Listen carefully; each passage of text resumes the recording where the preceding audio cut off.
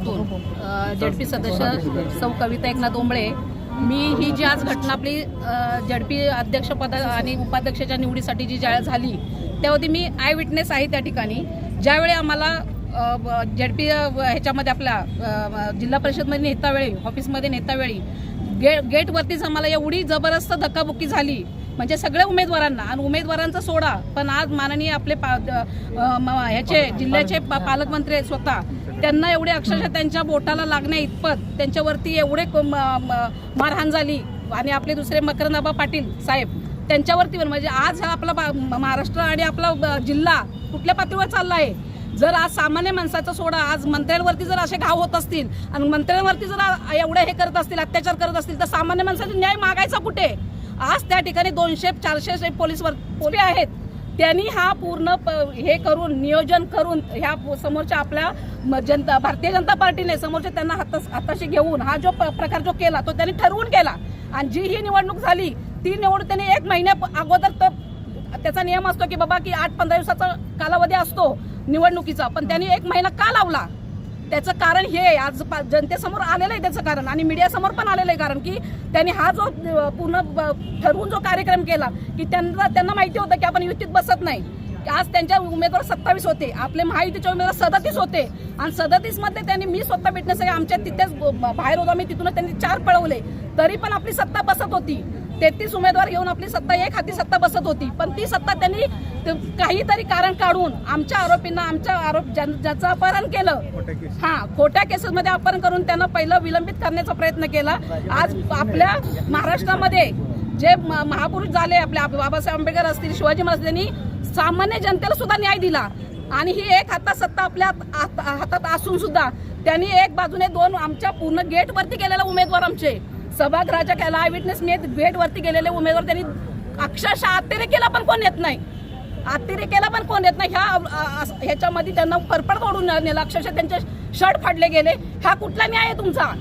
आज तुम्ही राज्याचे, तुम्ही महाराष्ट्राचे महाराज म्हणता ना तुम्ही, मग तुम्ही हा जनतेला असा अन्याय करता का तुम्ही जनतेवरती, आणि का करावा. जनतेने का तो न्याय मागू नये सभागृहामध्ये.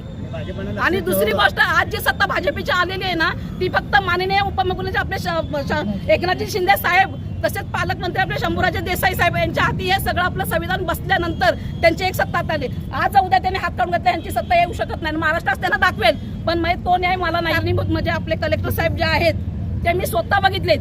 म्हणजे निवडणुकीत कामेश जे आपले उमेदवार होते त्यांना अक्षरशः तिथून उचलून आपल्या बेंचकडून उचलून तिकडे नेलं, तरी आम्ही गप्प होतो. त्यांना समजवलं आम्ही, तरी सुद्धा त्यांनी काय केलं, त्याला अक्षरशः माझ्यासमोर, मी विटनेस दिलं, माझ्यासमोर त्यांनी चिमटे काढून त्याला प्रवृत्त करायला लावले, त्याला हात वर करायला लावला, त्याला इलेक्शनला मतदान करायला प्रवृत्त केलं त्यांनी. दुसरी गोष्ट, हे आपले राजूभैया भोसले त्यांनी मी त्यांना टॉर्चर सुद्धा केलं की तुम्ही करताय ते माझ्यापेक्षा तुम्ही वरिष्ठ आहात, तुम्ही करताय ते चुकीचं करताय आणि हा अन्याय आहे, सामान्य जनतेवरती अन्याय आहे. तरी सुद्धा त्यांनी चिमटे काढून थोडं शब्द राहून परत त्यांना तोच प्रकार केला. मग शेवटी मी कलेक्टरांना विनंती केली, जर तुम्ही त्यांना हे करत नसाल तर आम्ही ही निवडणूक लढवून देणार नाही, स्टॉप करणार आम्ही. पण त्यांनी मग शेवटी फोन काढून घेतले. फोन काढल्याच्या नंतर पण त्यांना अक्षरशः डोकं टेकलं की मला हे प्रकरण मान्य नाही. तरी सुद्धा त्याला आणि कलेक्टर घरगड्यासारखे वागले, आणि त्यांनी जो धक्काबुक्की केला घरगड्यासारखं वागून जनतेवरती, पालकमंत्र्यांवरती जो अन्याय केला, त्याचा आम्हाला गव्हर्नमेंटनं, सरकारनं आम्हाला न्याय द्यावा एवढीच माझी विनंती आहे. आणि ह्यांना बडतर्फ केलंच पाहिजे. म्हणजे सभागृहात जायच्या अगोदर त्यांचे सगळे उमेदवार, ज्याला अलाउड आहे तो पण तिथं होता, ज्याला अलाउड नाही तो पण तिथं होता. मग हा न्याय कुठला. नगरपालिकेचे नगराध्यक्ष नगरसेवक तिथं काय करत होते, मग त्यांचा अधिकार कुठला. ह्याच्या सभागृहामध्ये इतरांना अलाउड नाहीये. आणि मोर्चाद्वारे एकच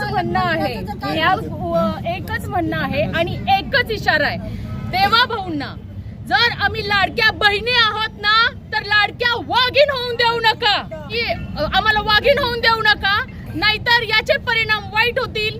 आम्ही प्रेमाने आणि मुकमोर्चा काढून तुम्हाला न्याय मागतोय, तो न्याय दिला तर ठीक, नाहीतर शिवसेना स्टाईल ही महाराष्ट्रातल्या प्रत्येकाला माहित आहे. रस्त्यावर